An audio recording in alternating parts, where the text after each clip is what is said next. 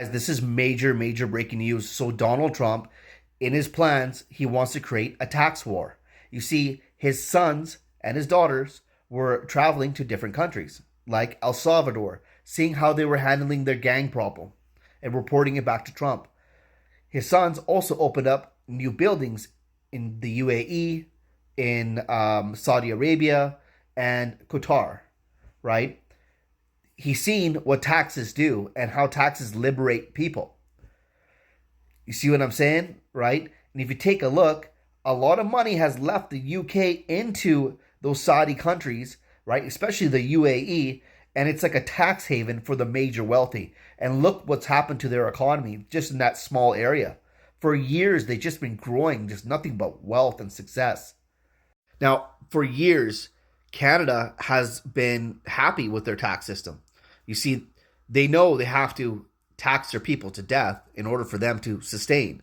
See, Donald Trump is going to have a tax war with Canada, and Canada will not win. This is why he's telling, talking about Justin Trudeau and calling him a governor, right?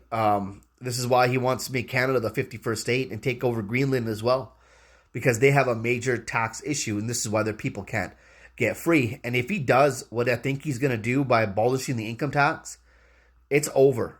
And switching the income tax to a trade tax where companies that bring in goods, they get taxed on that. And yes, it will raise the price of a lot of stuff, but at the same time, there's going to be a lot more money in people's pockets. Therefore, they're going to be spending that money in different countries, right? And also developing their own properties and their own houses and putting their kids to school and focusing back on families.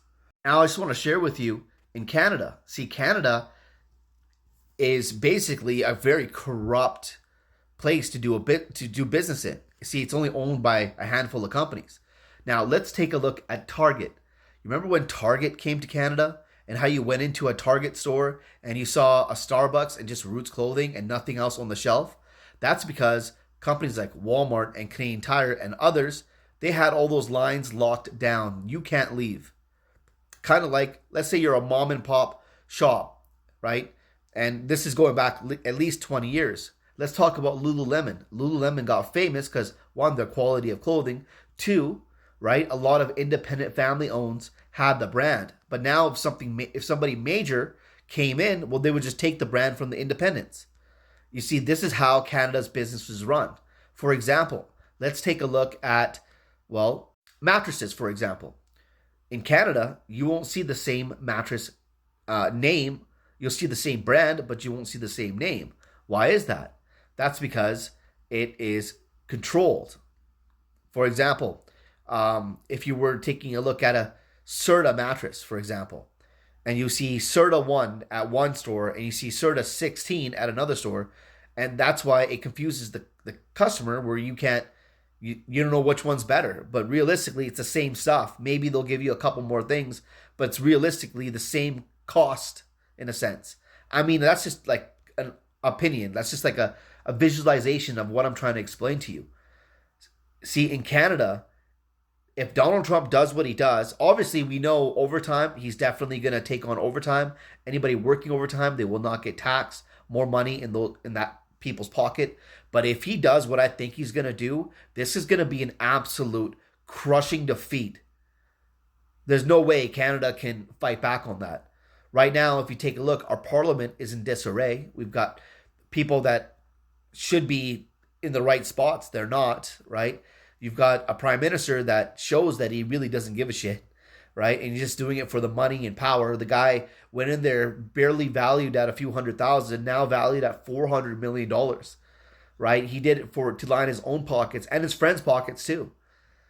We're in for some rude awakening. Now, what do I think? What's happening with the United States? Now, the United States, right, they've got some major issues too. If you take a look at their major cities, major office buildings that have nothing but offices in them, right? A lot of these office buildings can't be converted into individual homes. It'll take, or individual rental units. It would take so much money to do so. They're better off destroying the entire property and rebuilding it. But here's what a lot of people don't know. You see that those properties once valued at $200 to $300 million, right? They still own owned loans on those properties to 2 to 300 millions. They've dropped by 90%. These are sky high buildings. 90% they've dropped, right? Some are 80, some are 70 for sure, right? Because some of them have potential. But that droppage and that loan is still there. And these buildings are selling for 3.5 million. So I have a bad feeling that they might just drop the economy on Trump's head. But at the same time, Trump is a very smart businessman and he's very clever and he's for America. He's America first. We don't have that here in Canada. So I'm interested to see. I do follow his sons, right? I see what they do and I see where they go. And when they went to El Salvador and they're taking a look at how he handled that whole prison situation, how that president locked up all these criminals, right? You don't think he's going to bring that back to the United States? And remember, there's been up to 30 million new residents in the United States in the last 4 years. There's going to be some major shifts, and I think a lot of that negative shifts are going to come to Canada. I really do think so. So, anyways, tell me, what do you guys think?